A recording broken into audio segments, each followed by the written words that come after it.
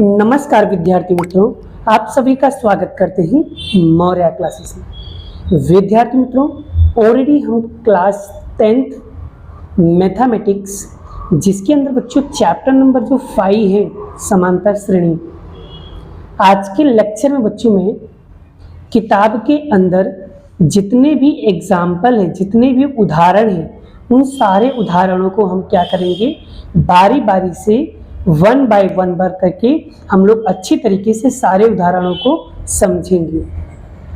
और साथ में बच्चों मैं आपको प्रैक्टिस के लिए उससे रिलेटेड कुछ क्वेश्चन भी दूंगा, जिससे आप वो क्वेश्चन को प्रैक्टिस कर सकते हो। ठीक है बच्चों, आई होप आपको यहाँ तक की बातें समझ में आ गई हो। और अगर अभी तक आपने हमारे चैनल को सब्सक्राइब नहीं किया है तो सब्सक्राइब करके रखना। इससे एक बेनिफिट ये होगा बच्चों कि आपको मैं कोई भी वीडियो बनाऊंगा सबसे पहले नोटिफिकेशन आप सभी के पास आएगा।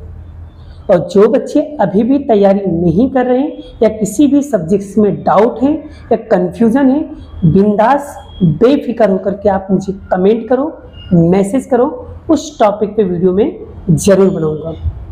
ठीक है। और बेटा मैं आपको यहाँ पर पूरा का पूरा कॉन्सेप्ट वीडियो बनाता हूँ, यानी कि आपका कोई भी सवाल मैं चलाऊंगा, डेफिनेटली कहता हूँ, गारंटी देता हूँ कि एक ही बार में आपका कॉन्सेप्ट क्लियर हो जाएगा। तो चलिए आज हम इस किताब के उदाहरण करते हैं। तो आज के दिन बच्चों हम लेने वाले हैं उदाहरण नंबर 1। कौन सा क्वेश्चन लेने वाले बच्चों? उदाहरण नंबर 1। तो चलिए शुरुआत करते हैं बच्चों। चलिए बच्चों, उदाहरणों को सीखने से पहले इस चैप्टर के थोड़े बहुत बेसिक आपको पता होना चाहिए, जिससे आपका कॉन्सेप्ट क्लियर हो जाएगा।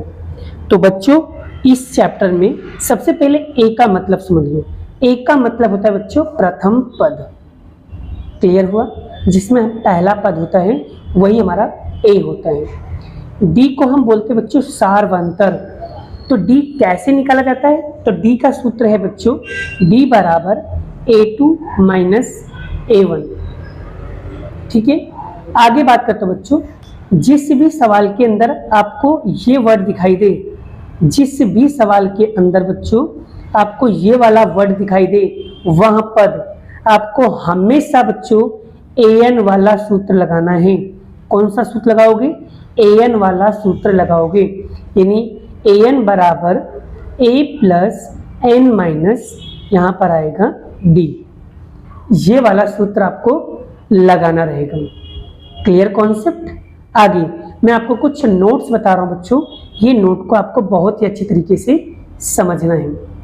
जैसे कि तीसरा पद बराबर, तीसरा पद लिखा हुआ है तो उसका मतलब होता है A3। चौथा पद लिखा हुआ है उसका मतलब होता है A4। अब वहाँ 5वां पद लिखा हो, दूसरा पद लिखा हो, 10वां पद लिखा हो, 11वां पद लिखा हो, 17वां पद लिखा हो, कुछ भी लिखा हो, तो इसी तरीके से आपको लिखना है।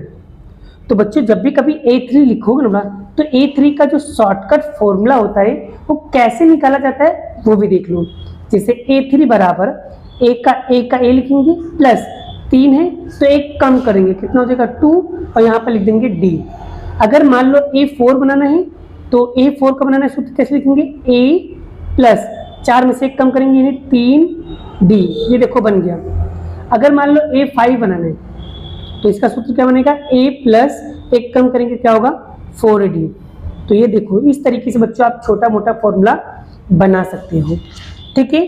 आगे बढ़ते बच्चों, या तो जिस सवाल के अंदर बच्चों योग लिखा हो तो आपको बच्चों एसिन का ही फॉर्मूला लगाना होगा।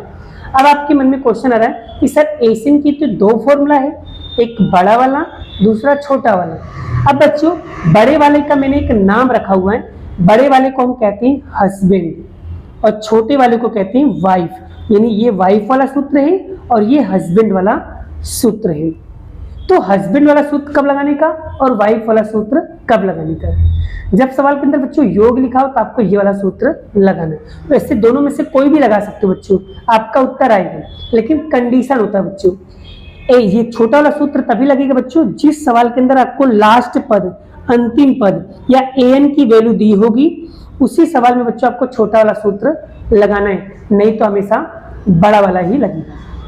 अब जिस सवाल के अंदर बच्चों plus plus plus minus minus minus या प्लस माइनस दिखेगा तो आपको कंपलसरी बच्चों इतने स्टेप में आपको सवाल को सॉल्व करना है, मतलब करना है।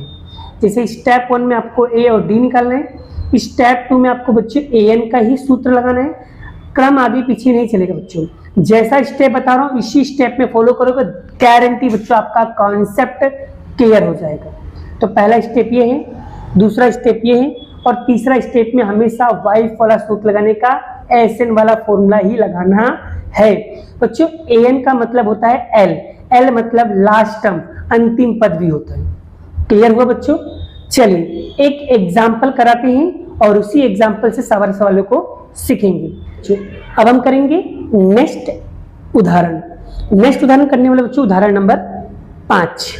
उदाहरण नंबर 5 में क्या दिया है, किस तरीके से दिया है, वो कॉन्सेप्ट मैं आपको समझा देता हूं बच्चों, आपका एक ही बार में कॉन्सेप्ट क्लियर हो जाएगा। चलिए बच्चों, उससे पहले आपको थोड़ा सा रूल्स पता होना चाहिए बच्चों। ये रूल्स बच्चों ऑलरेडी मैंने एग्जाम्पल नंबर 1 में ही बनाया था, तो उसमें मैंने आपको डिटेल में समझाया हुआ था। ठीक है, एक बार फिर से समझ लो। तो बच्चों यहाँ पर देखो, जब भी कभी किसी भी सवाल के अंदर तीसरा पद, चौथा पद, पांचवा पद, तीसरा पद, दूसरा पद, कोई भी पद लिखा हुआ XYZ, तो बच्चों जैसे तीसरा पद है तो उसका हो जाएगा A3, चौथा पद मतलब A4। तो बच्चों A3 का अगर वैल्यू निकालना हो, सूत्र बनाना हो, तो कैसे बनाओगे? A3 बराबर A प्लस 2D बन जाएगा। और अगर A4 का बोले तो A4 बराबर A प्लस 4 है तो एक कम करेंगे 3D। अगर 5 होगा तो A प्लस 4D हो जाएगा। अगर A6 होगा तो A प्लस 5D हो जाएगा। तो इस तरीके से बच्चों आपको ये भी नोट कर लेना है।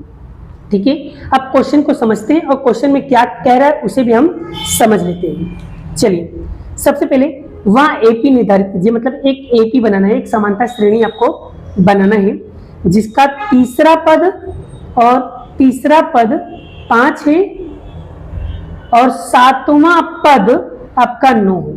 बच्चों तीसरा पद यानी A3 बराबर कितना दिया बच्चों? 7, और सातवां पद मतलब कि A7 बराबर कितना दिया बच्चों? 9 दिया है। बोलो यहां तक क्लियर हुआ? अब मैं आपको समीकरण बना के बता रहा हूं। हमें तो एपी बनाना है, तो उसके लिए क्या करना पड़ेगा बच्चों? ए और डी निकालना पड़ेगा। ठीक है, चलिए A3 का सूत्र बच्चों अभी मैंने बताया था बच्चों कि जिस सवाल के अंदर A3 लिखा होगा तो A3 का सूत्र कैसे होगा? A प्लस 2D, मतलब 3 है तो एक कम कर देंगे। तो यहां पर हो जाएगा बच्चों A3 का सूत्र होगा बराबर A प्लस 2D बराबर कितने है बच्चों? सॉरी यहाँ पर कितने है? 5 है, 5 है। और अगर A7 बोला है तो A7 का क्या होगा बच्चों? A प्लस 6D बराबर कितना दिया है? 9। ये बन गया आपका समीकरण 1, ये बन गया समीकरण नंबर 2। बस साइन में चेंज कर दो बच्चों, ये प्लस है तो यहाँ पर लिख दो माइनस, ये प्लस है यहाँ पर लिख दो माइनस, ये प्लस है यहाँ पर लिख दो माइनस। बच्चों सेम सेम दिख रहा है तो कट कर दो। और यहाँ पर देखो बच्चों ये प्लस है और इधर नया वाला साइन देखो, प्लस माइनस माइनस होता है। तो हम क्या करेंगे, 2 में से 6 तो जाएगा नहीं, तो 6 में से 2 माइनस करेंगे बच्चों, तो यहाँ पर माइनस का 4D आएगा। अब बच्चों बड़ी संख्या क्या, माइनस, इसलिए यहाँ पर माइनस आएगा। आगे अब बच्चों 5 में से 9 जाएगा नहीं, तो 9 में से 5 गया, माइनस का 4 बचेगा। बोलो बच्चों यहाँ तक क्लियर हो गया? अब क्या करेंगे, माइनस से माइनस कैंसिल कर देंगे, तो D बराबर 4, ये गुणाकार में इधर आएगा तो भागाकार में, तो D बराबर कितना हो जाएगा बच्चों? 1 हो जाएगा। बोलो बच्चों यहाँ तक क्लियर हुआ? अब हमें A निकालना, कैसे निकालोगे? तो लिखेंगे D बराबर 1 समीकरण नंबर 1 में रखने पर, तो समीकरण 1 कहाँ है बच्चों? ये रहा। तो लिखेंगे A प्लस 2D बराबर 5। तो जहां पर D दिखेगा बच्चों वहां पर लिखेंगे 1, तो A प्लस 2 D की जगह पे लिखेंगे 1 बराबर 5। तो A प्लस 2 में 1 का गुणा करेंगे 2 बराबर 5। अब बच्चों ये प्लस का है, बराबर के उस साइड जाएगा तो माइनस का, तो बराबर 5 माइनस 2। तो A बराबर बच्चों कितना होगा? 5 में से 2 माइनस करोगे तो 3 होगा। तो इस तरीके से देखो बच्चों यहाँ पर क्या बन गया, हमारा A और D मिल गया। अब हमें बनाना क्या है बच्चों, पहले वो देख लीजिए। क्या बनाना है? AP। तो AP कैसे बनाओगे बच्चों, यहाँ पर ध्यान दीजिए। AP बनाने का एकदम आसान तरीका बता रहा हूँ बच्चों। चलिए, जैसे पहला पद को हम क्या बोलते हैं बच्चों? ए। आपको अभी बताया था बच्चों कि पहले पद को क्या बोलते हैं हम? प्रथम पद को क्या बोलते हैं? ए बोलते हैं। तो यानी पहला पद तो हमको मिल गया, कितना दिया है? 3। तो पहला पद मिल गया 3। और बच्चों अगर समांतर श्रेणी बनाना है तो एक इसका अंतर, सबका अंतर एक एक होना चाहिए। मतलब 3 में एक जोड़ेंगे कितना होगा? 4। 4 में एक जोड़ेंगे कितना हो जाएगा? 5।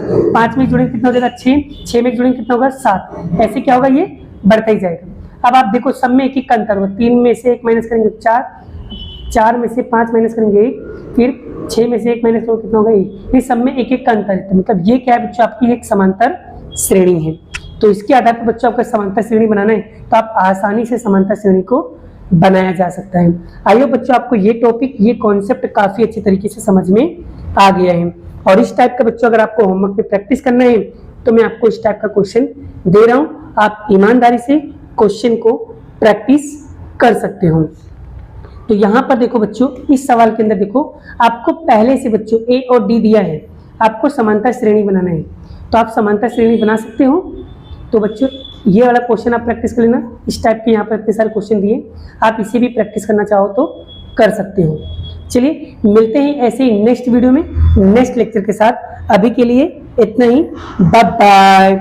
जय श्री कृष्ण, राधे कृष्ण की जय, जय माता दी दोस्तों।